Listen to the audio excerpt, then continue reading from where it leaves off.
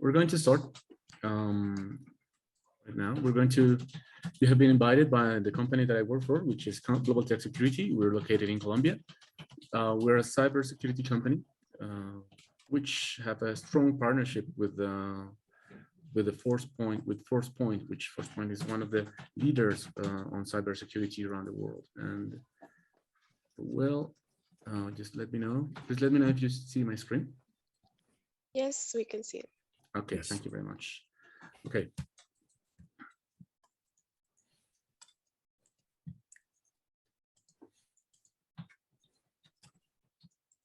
Okay, something's happening here. Okay, something's happening with my screen right now.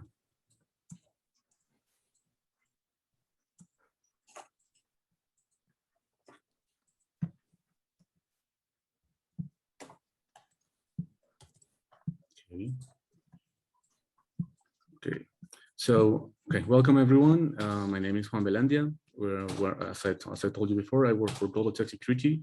We're located in Colombia. We're a cybersecurity company with more than 26 years right now in the Colombian market. We not only work for the Colombian market, but we work for Latin American market. We have different projects in the Caribbean, in Trinidad and Tobago, Curacao. We've worked extensively in Latin America. Okay, so let me check something. Okay. And we're here to talk about with one of our cyber experts, which is Juan Pablo Garcia Aragon. He's been working in the cybersecurity field for several years with different companies. He has real hands-on experience on developing cybersecurity projects for different companies around the globe. And we're here to talk about zero trust cybersecurity. That it's something that has been talked about in a few years. Juan Pablo is going to give us more context on this regard. And Forcepoint, as the team that we have right now, is going to share us this information directly to you. So, hello, Juan Pablo, how are you? I'm going to stop sharing my screen. Okay. Thank you, Juan. It's a pleasure for me being today with you. Thank you for joining us. As Juan said, I am located here in Costa Rica. And just give me a second to share my screen, please. Okay. Just to let you know, this session is being recorded.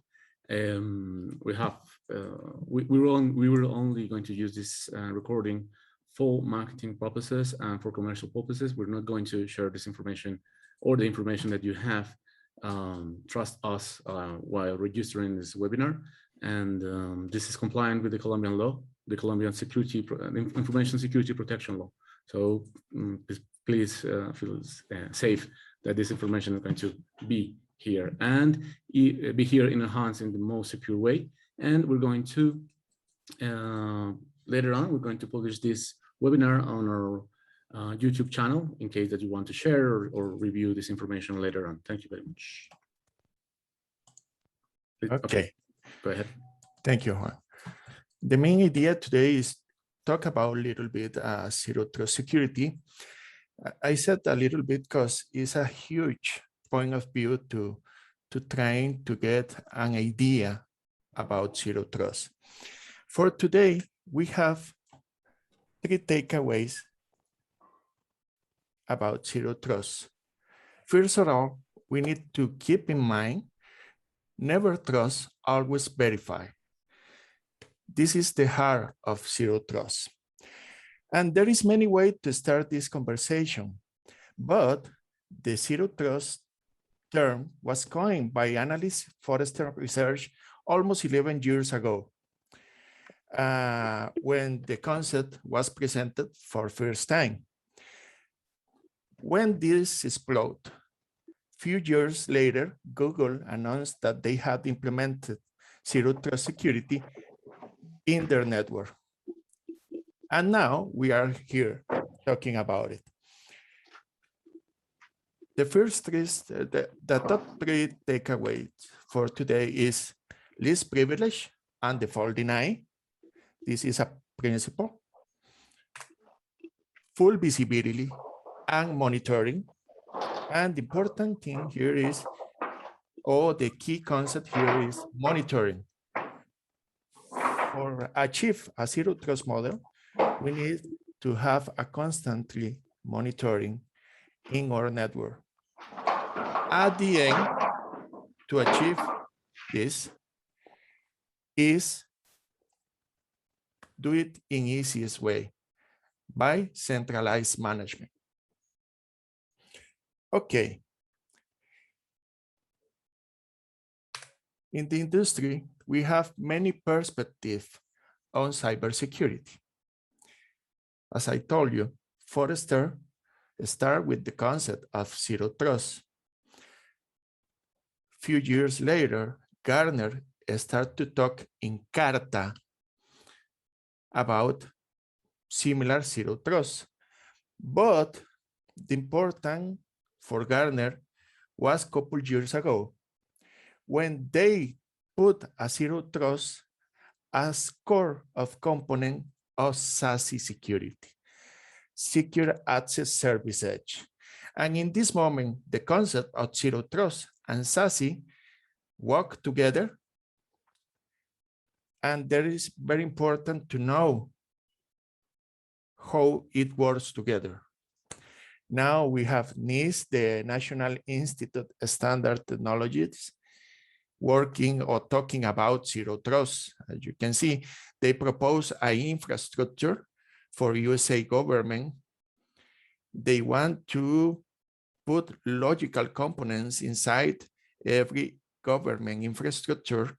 And we have GSI, they have 6 pillars. They talk about zero trust model. They talk about the usage, analytics, network, devices, and we have the US Navy talking about zero trust too. And the Navy are using the disruption of coronavirus pandemic as fuel to change their cybersecurity posture.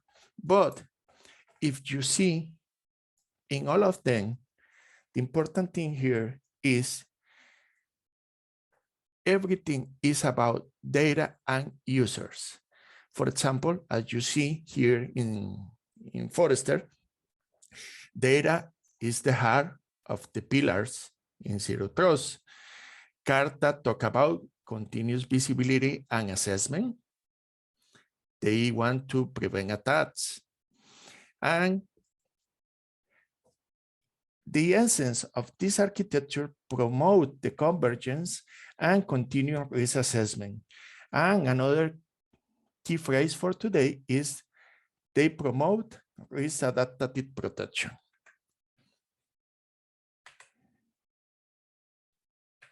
Excuse me. Okay. When we talk about user risk and adaptive trust, we need to talk about SASE solutions. Almost all of them are focused on manage how people connect to and access application. And they take many technologies focus on require explicit permission to get the resource. Can you imagine the old paradigm of the castle? They want to protect the castle. This is more like infrastructure-centric protection. When others see this like finish line, for others competitors, this is the starting line. The real objective of any business transformation is manage how people connect and use data. Is the key concept. No matter where they are, we need to protect them. And we need to think in protect device and application, but we need to emphasize the protection on users and data. for every posture or every point of view in our portfolio, we have many solutions to affront, to face up this challenge. But at the end, we have another challenge now by the pandemic, you know? There is different point of view of the continued adaptive trust. For example, in enterprise data protection, we have many information. The information is an important asset inside every company. Probably most of you have any cloud solution that is very useful in the actual context to bring service to our workers, to our employees. But the pandemic represents a different point of view, how we bring the service to the employees. Because today we have a remote workforce. Many people of the company are working inside their houses from the living room, and they are getting access to all the infrastructure inside the company, inside the data center. And they need working all the day, and the business needs continue working too. But as we're talking before to start the presentation, there is bad guys outside the company. But what about the insider threat? Normally, when we talk about bad guys, we think in the hacker, but we don't think in the employee with bad intention, with malicious idea, with a wrong behavior working with data, who wants to exfiltrate data. And here is where the behavior analysis is very important to protect the data exfiltration.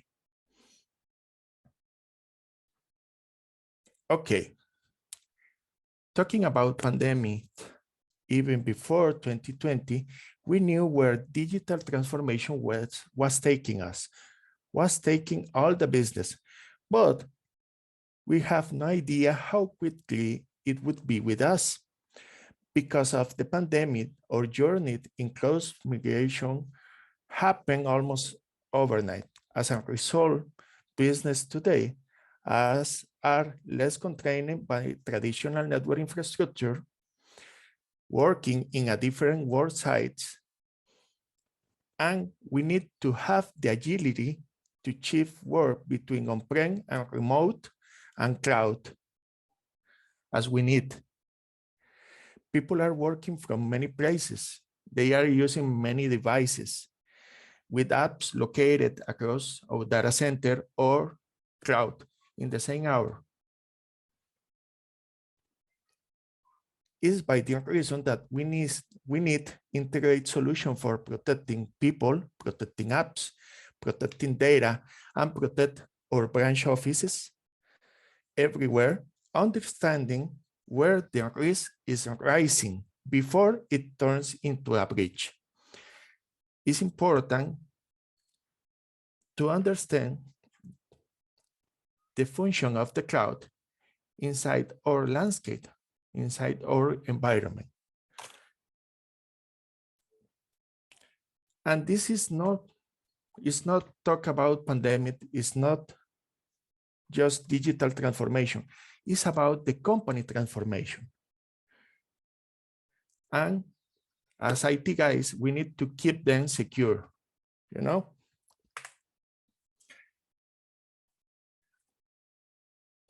The important thing here is protect data and protect users. Because infrastructure is important too, but our main risks are in the data, are in the users. Maybe did you hear a famous phrase said by almost all cloud vendors they say with the cloud, the perimeter disappears. I don't know if you hear that before, but it's not exactly the truth. For us in Forcepoint, the perimeter goes with our data and goes with our users. No matter where they are, we need to protect them because these two are the most important asset in the company. For example, when we talk about zero trust, we need to think in two different postures or two different paradigms. One of them is the implicit trust. When the zero trust model was designed to eliminate the excessive implicit trust in the organization. How? Establishing an initial security posture of default deny. Easy. But what about remote workers?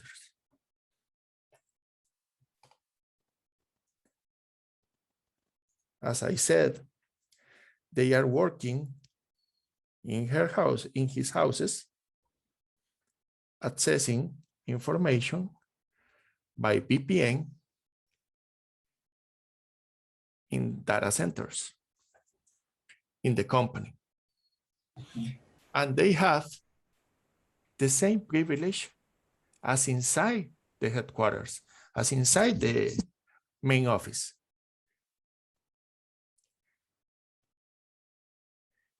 And this is useful, I know, but there is a couple problems related with the implicit trust, because the data can be used, can be copied, can be moved anywhere inside the company. Anyone inside has the same access, anything, and the control for this normally are static and manual. What about the other paradigm? The other paradigm talk about explicit trust. Explicit trust try to combine restricted identity verification and explicit permission for every person or any entity who try to attain access or use any network resource. For example, when we talk about explicit trust, we are talking that users access only what explicitly permitted for them. The usage is controlled every time, even is revoked if you need. And we have continuous monitoring and adaptive control, because in this case, the users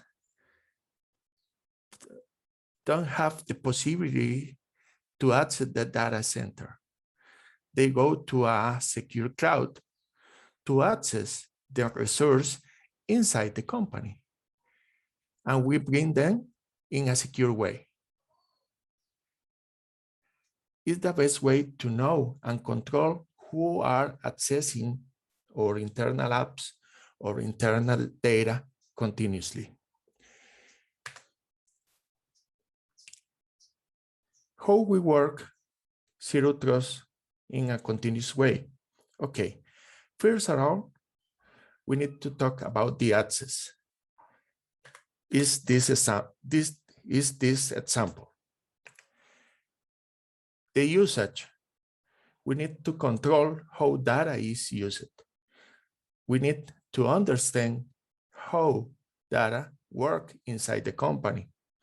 And by the end, important too, is monitoring. Okay.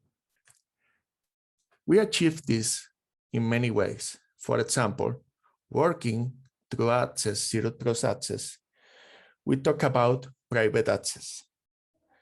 There is or public cloud to access information inside the company in a secure way to keep intruder out. Inclusive, we work with second factor authentication as you need in this product. We have DLP solution to protect the data. We have risk adaptive protection. I will explain a couple slides.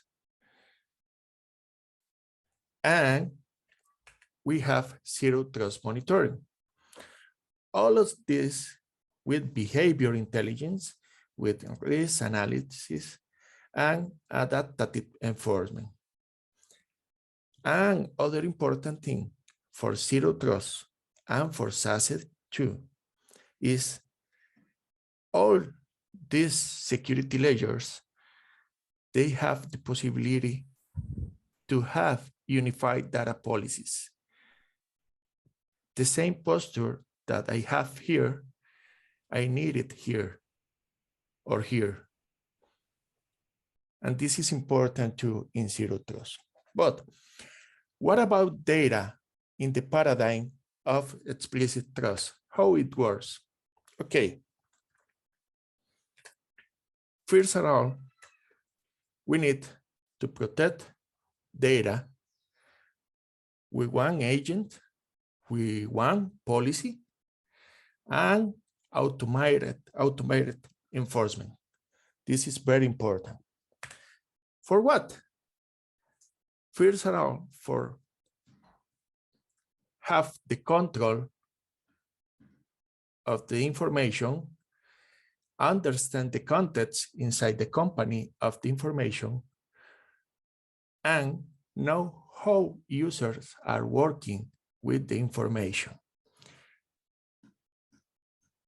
We need to know where the data is, and now we have extended perimeter with the cloud. What we need in a DLP solution?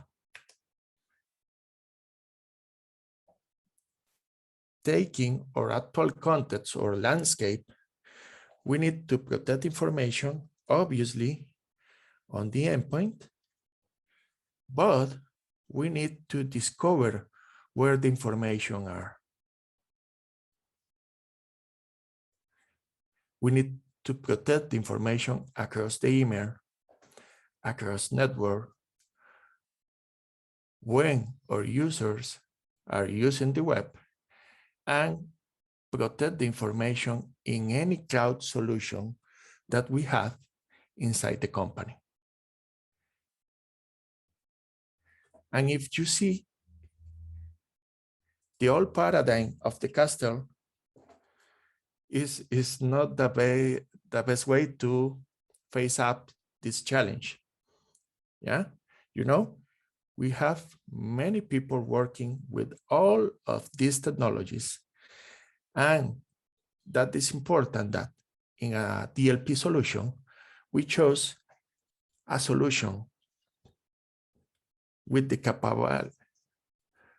capabilities to protect from endpoint to the cloud and everything between them, with centralized management, unified policies, and most important, unified agent to reduce effort, to simplify the management, and to protect the information anywhere, anytime. But what about the users? What about the insider threat? How we will work with that? Okay. For this, we believe that a DLP solution maybe is not enough, because a DLP solution allows you to use the information or deny that an user used the information. Is this enough? We need a continuous evaluation of the interactions with data. We need a more effective unit of measure with a diagnostic, with a sensitive to allow our security team to focus on users with the highest risk. We need left the false positive to emphasize in what really matters inside data protection. We want a meaningful visibility to try to orchestrate control points. By what? Trigger adaptive response, have security enforcement, analyze everything that user do in the computer. Why adaptive protection is important? Because we want to protect the information based on users' behavior. And what is the user behavior? Okay, user behavior could be many things. Send an email, download information for the OneDrive or from any cloud, print any classified information, even if the user have the permission to do it. We have to analyze always. We have to understand the risk level. Maybe for one user, use, I don't know, human resource information is risk level 1, for example, but for the other user, the risk will be higher using the same information. We need to have the context of the information. How we do that? Probably you heard before about indicator of compromise. We change the concept of indicator of compromise into indicator of behavior, where with this technology, we analyze a different approach from user behavior, not only with the DLP alerts.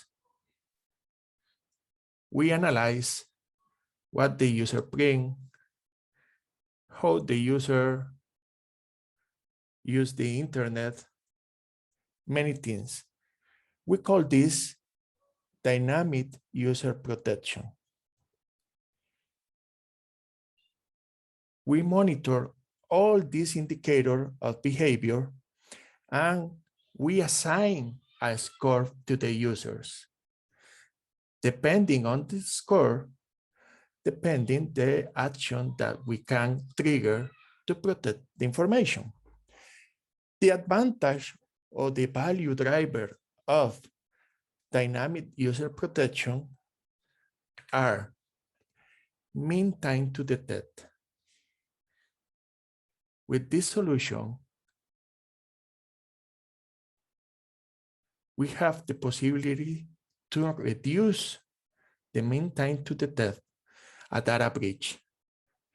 Normally, in a company with a tested process to protect information, probably they will take a couple days to detect a data breach. But with this solution, working on user behavior, we could reduce this time to 3 or 4 hours. If we use less time to detect, we have more time to response.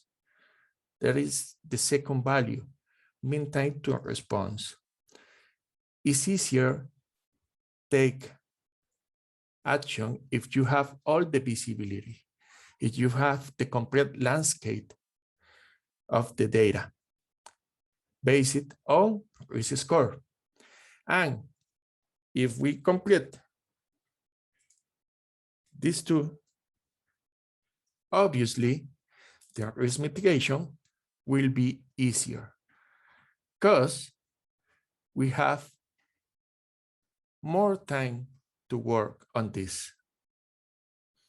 And this is the important thing of work with user behavior. Let's talk about an example. Let's talk about use case example. First of all, the important thing here to prevent false positives is time.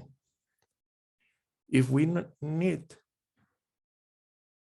context, we need to analyze more than 2 days. In this case, we analyze the last 30 days. And we are looking for different behaviors. For example, if a user is stockpiling information from cloud to a local drive, even if the user have the permission to do it. But what about if the user tried to send confidential data to a personal email account?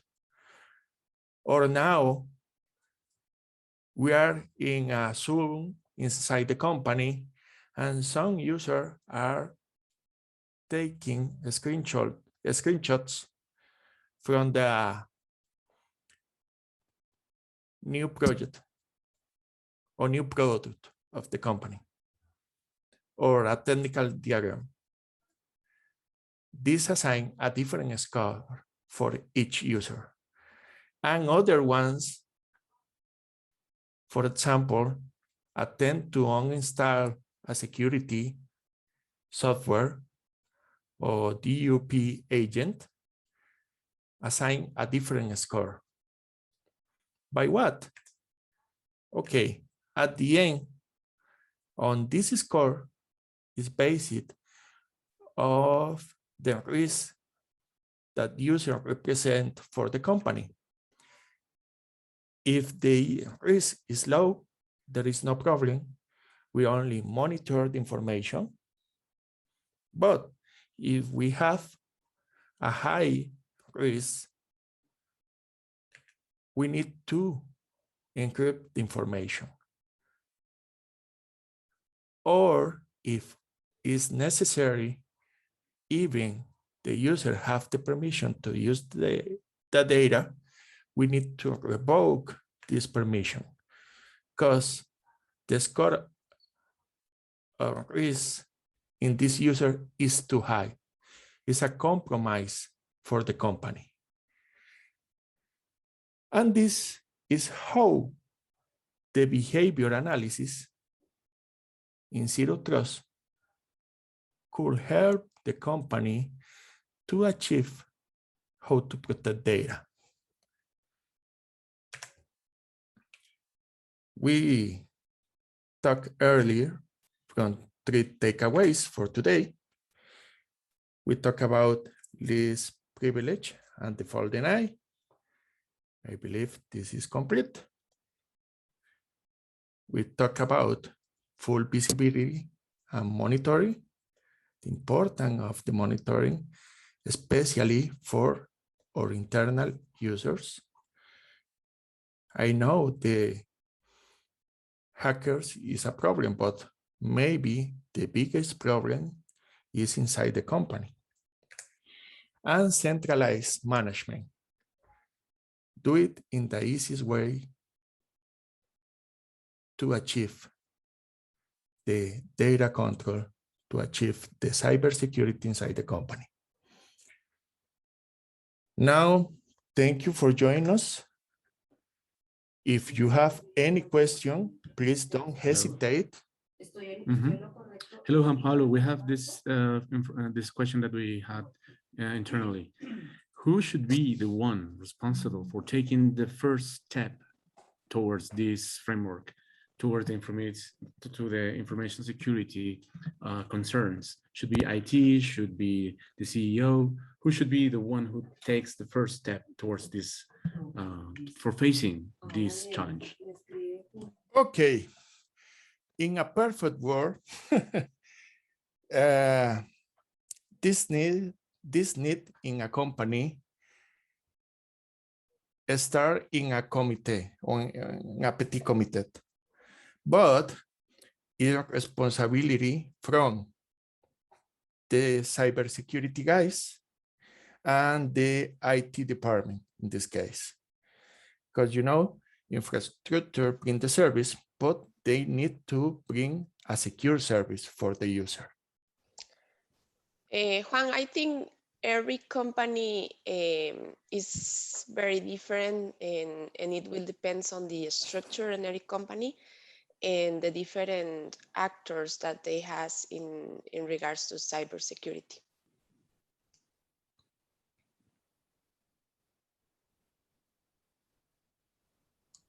Okay, thank you very much. I have a second question here. Regarding people, regarding the everyday guy that must work on the organization from their homes, how can you really make them conscious about the information that the value of the information, of the corporate information, and even the personal information regarding this mixture between personal information and corporate information? How do you think we can improve this this like white space, this intersection between those two? Okay, Juan. Very complex question, no? Yes, yes. First of all, we need to know or teach them that information is an important asset for the company. When we understand this, we work with information in a different way.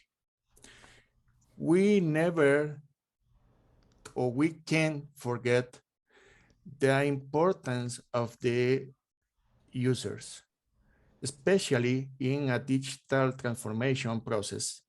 We need to teach them how important is the information inside the company, how important is the personal information in their life, and mixing all this together, we need to have a technology that could protect the information and in the same time teach to the user how to protect the information.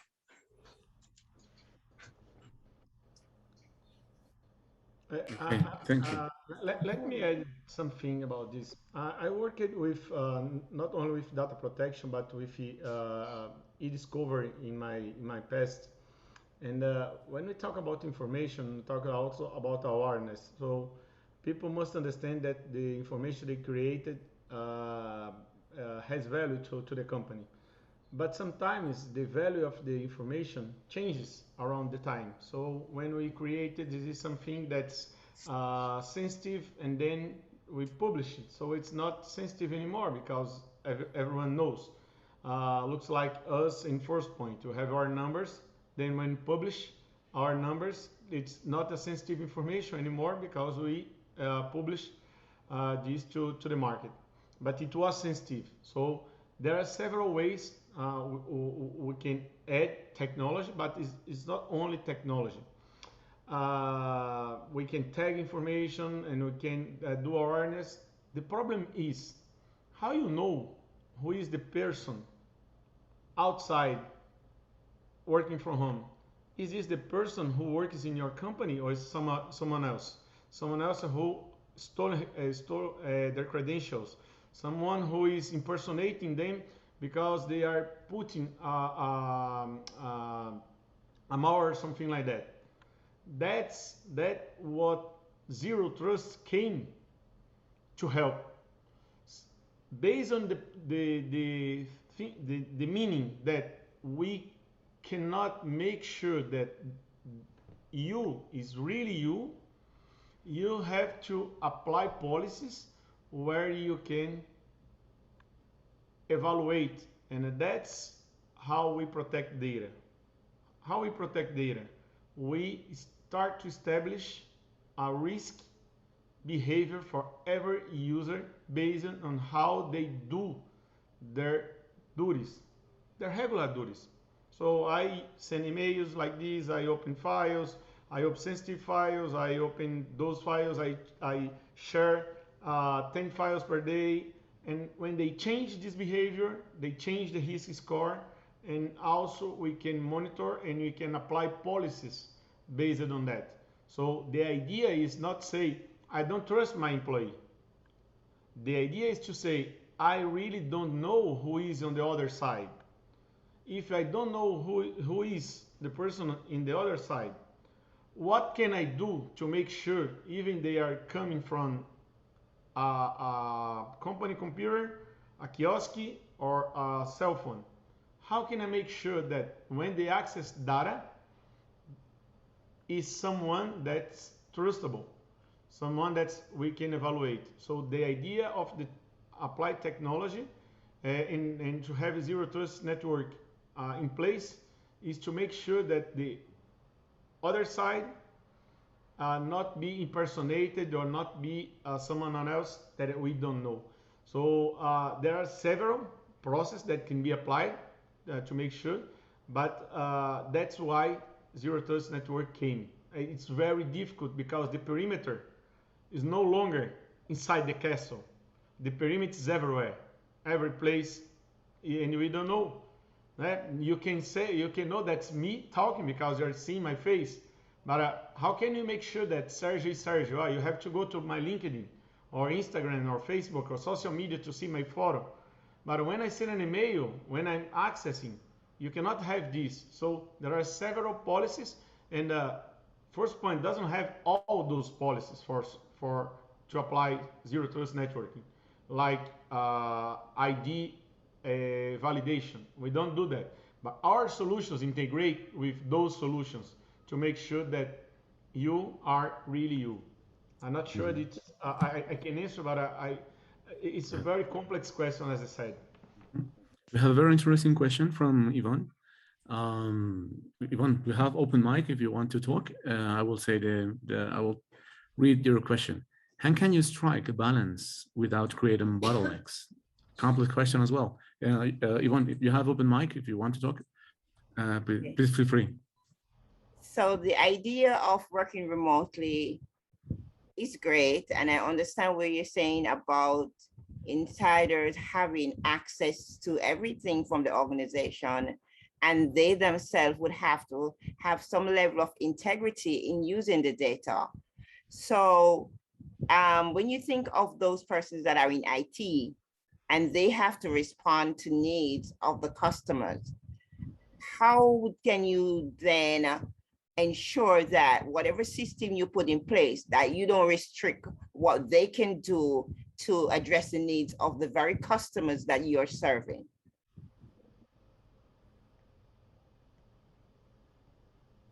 Okay, who's going to take this interesting question? Gabriela, Sergio, Juan.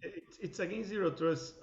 I was discussing this with some friends recently, and basically, when we study about security, the basic of security, and I love security for more than 20 years. So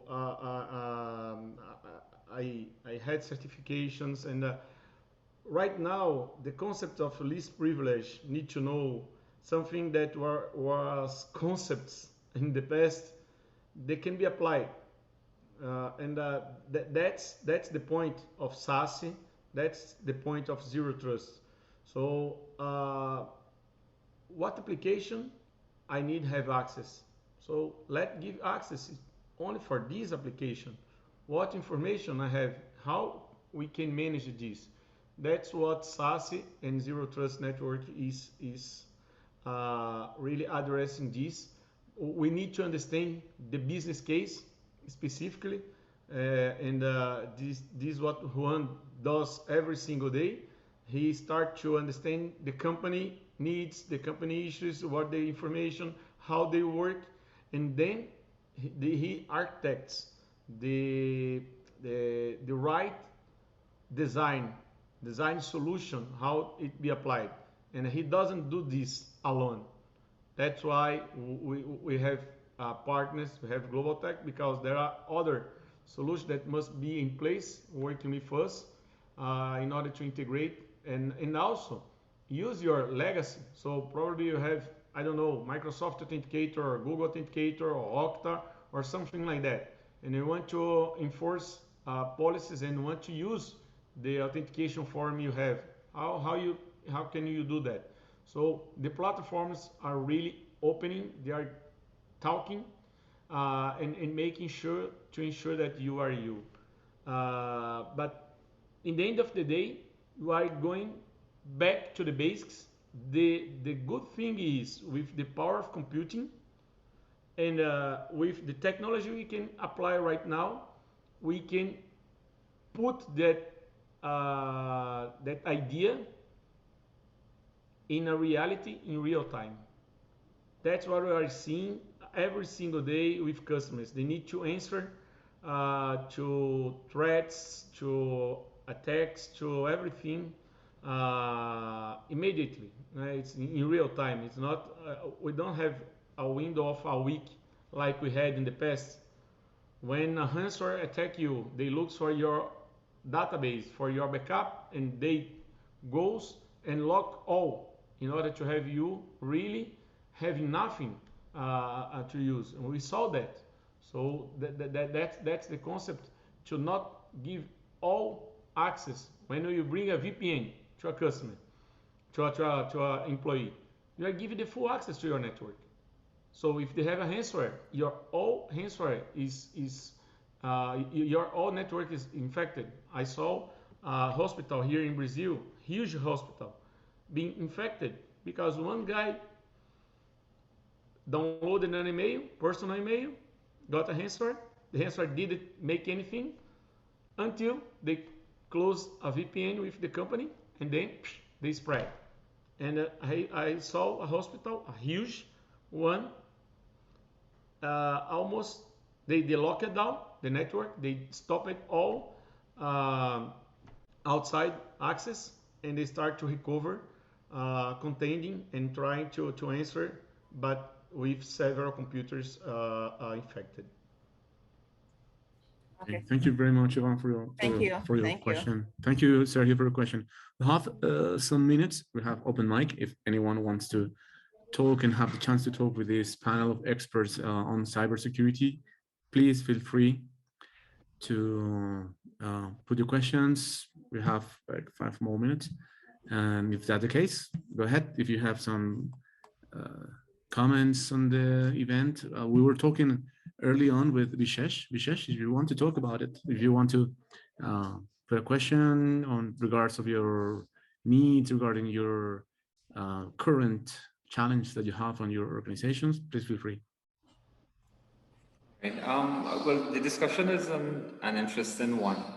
As indicated earlier, we are going to do a cybersecurity maturity assessment, and it would be interesting for us to see the results of that exercise, and to then look at ways where we need to improve upon our cybersecurity. We have a good team of persons. Actually, the head of our IT department is actually on this call, and they have done several strategies around ensuring the IT security. So I don't have any questions per se to put out today, but just that it's an interesting field, and as an organization, we are paying a lot of attention to IT security at this time in Trinidad and Tobago. Thanks. Okay, I would just like to make a comment. Based on the discussion so far, I am seeing that you can never ever feel secure. It has to be based on continuous improvement in whatever you're doing. Because someone learns whatever security system you have in place and they can use it, whether it's inside or out. And so I think it requires a mindset, just not only with management, but with the entire organization, that we are preserving the interest of the organization and the customer's interest at the same time. That's it. That's it. I would change to continuous monitoring, because this is something that we can do, and the technology that we are using in the past, like CMs, it's dying. Antivirus are dying because they are reactive. So you have to do that proactively. So new technology came with EDR. People is automating technologies and collecting data in real time using artificial intelligence, machine learning, and etc. That's what we do with our DLP and DUP. We do machine learning, artificial intelligence to have a risk score for the user. But And we also, do it in real time. just one last comment. How important then is the organization's policy with respect to whether or not they're going to be penalizing persons who seek to take advantage of the security system in place? Wouldn't that in some way ensure that the system works, or persons are less likely to infringe on the system that is in place?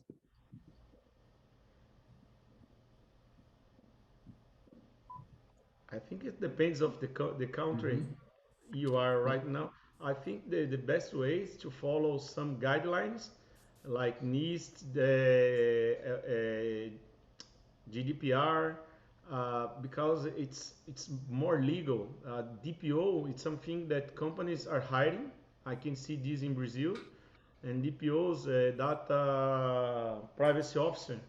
It's the guy who connected IT, legal, security together, because it's a it's a very difficult question, because it's based on the company culture. It's based on the way you give access to data and how you can apply. How can you enforce laws? So Colombia has laws different from Costa Rica, from Honduras. There are countries where people can be arrested, and there are countries where people can be only fired, or it depends. Really, you have to understand more about the law based on the country, and that's a challenge. We are a global company, Forcepoint. We have to have policies. We have to follow policies for all countries we are placed. We have to follow EMEA, US, APEC, LATAM, all policies, even local or if it's global. In our case, just share. I'd like to add some comment on this regard. The previous CEO of Forcepoint told during a conference something that really hit my mind, and this was something like the people are not the same all the time. Perhaps someone is the best employee, the employee of the year, of the decade, and something wrong happened to him, something bad happened to him, and suddenly he had to change his mindset to fix his problem or her problem, and that makes a security breach as well, because we really don't know the human factor, how people change throughout time. That's something that hit my mind a long time ago, and perhaps well, not only the law is going to be constrained for the people to do or not doing bad things, but their personal situation is something that can hit and can be can create a data breach. That's something I would like to add as well. Thank you. Okay, so I think that's a very good point. So my background is internal auditing and fraud examination, and you hit on a key point there. You could have the best policies, or as a country, you may have a lot of stringent laws around data security, but you always have to consider the human factor and what is happening in somebody's life, especially financial pressures or something as simple as disgruntlement working at an organization. And when you build those factors in, you now start to hit some root causes as to what could cause somebody to trip, what could cause somebody to do harm in terms of your data in an organization. So I'm glad you raised that point just now, because from my background, I would say that people over time, depending on their circumstance, they may very well change, and good people who you never thought would do something unethical, they find themselves in a compromised position. So I believe some of that applies to malicious data activity. Thanks. Okay, thank you very much. Thank you. Very good points. Thank you very much for the So conversation. sometimes it's a matter to protect the user for themselves. They are not always aware that they are putting into the risk the information that they are working with every day. So sometimes it's protect or help to protect the people from themselves and the activities or the actions that they are taking with the information. I like to use a personal experience to say how security is very hard. I have a 13 years old daughter. So how can I make sure that everything is going to happen, is doing good in her school, since she passed like 8 to 10 hours in the school every single day. If she had an issue with a teacher or a colleague, and also she's growing, so she has access to social media, TikTok, Instagram, etc., etc. It's sharing information. She's starting to dating. Not now. I think. I don't know. I really don't know. So I know she has like crush. That the name they use right now. I'm Gringer. New words to say that I'm old. So what I want to mean is we have this issue in our own home. So the idea is to give the liberty, but you have to also look for behavior. It's easy to do this when you have 1, 2, 3 childs, but when we have 100 employees, 1,000, 3,000, how can we can do that? That is a very interesting observation that you've made, Sergio.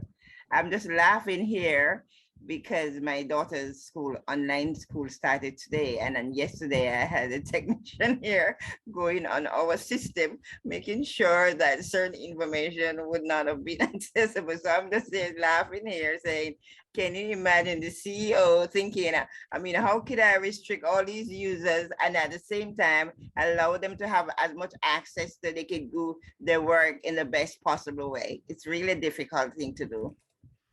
That's it. And you have to trust, but you have to monitor, because it's not just because you don't give the good education, because there are a lot of people influencing. So yes, there are several things outside that can happen. I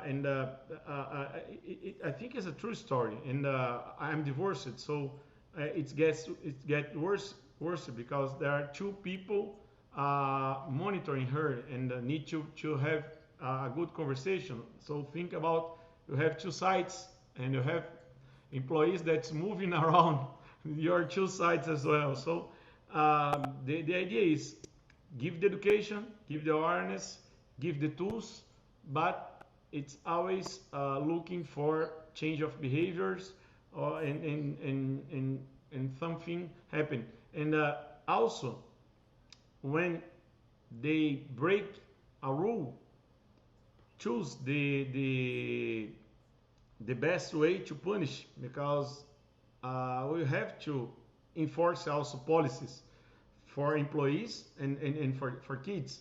So you are not using your phone for a week, or you are not going to this party. I don't know. There are several things that you learn moving forward until she has ownership of her life. But the point is, it's very difficult, and we are talking about people, and that's the thing about behind Forcepoint. Technology changed, process changed. We have no new laws, but people is always people, and they are always trying to avoid the security controls we put in place, even at home, even it is in our work. Yes, Sergio. We need to be human-centered in cybersecurity. That's the idea. Thank you very much. Okay, I think we've run over 4 minutes. We've gone beyond 4 minutes for this call. Yeah, but great participation. Yes. I like it. Yeah. really great participation. Perhaps I'm going to let myself. Thank you share very the- much, everyone. All the best.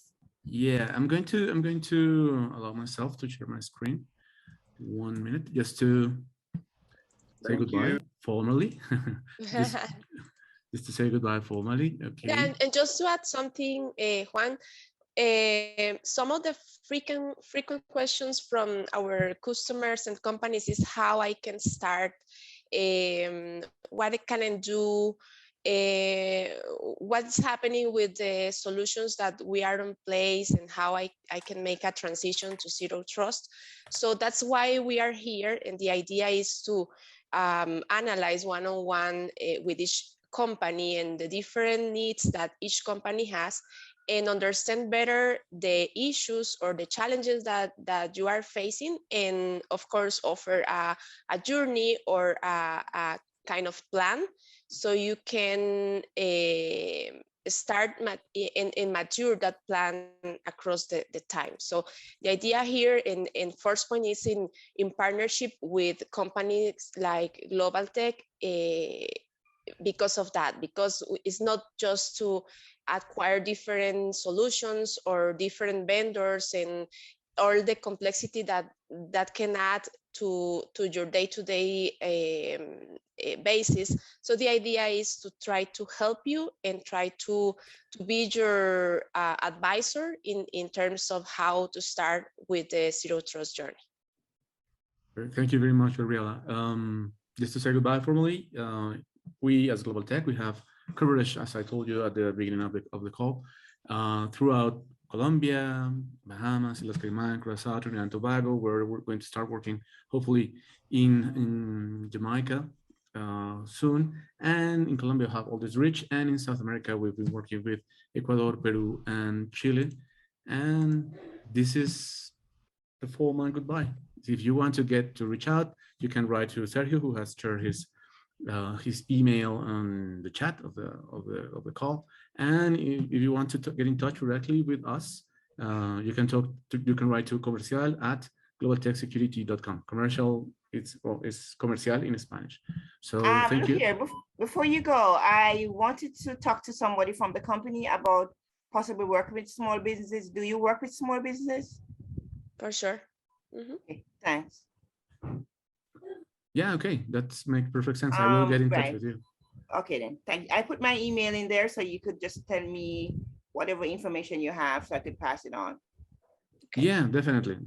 We can get in touch. We can set an additional call to talk about your needs or your client's needs, and we can move forward on this. Okay, so, fine. Okay, thank you very much, everyone. Forcepoint team, Global Tech team, all the attendants. Hopefully, we'll get in touch later on. Thank you very much. We are extremely active on LinkedIn. I think almost everyone that attended this call was contacted, was invited by Armando Carvajal via LinkedIn. So we can get in touch via LinkedIn, via this email, or the different channels that we have available for you to get in touch to talk about your needs and challenges, and whatever you need, you can get in touch with us. Please write, and goodbye. Thank you, everyone. All the best. Thank you. Thank you for joining us. Thank you for the invitation, Global Tech. Okay, now we'll Have get a in great touch later on. day. Goodbye. Hope Bye. to see you soon again. Bye. Thank you very much. Bye. Thank you. Thank you, guys. Thank you. And here it's the way of the world. Okay. And recording has stopped. And okay, guys, goodbye. Okay. Okay. All the best. Take care. Bye. Bye-bye.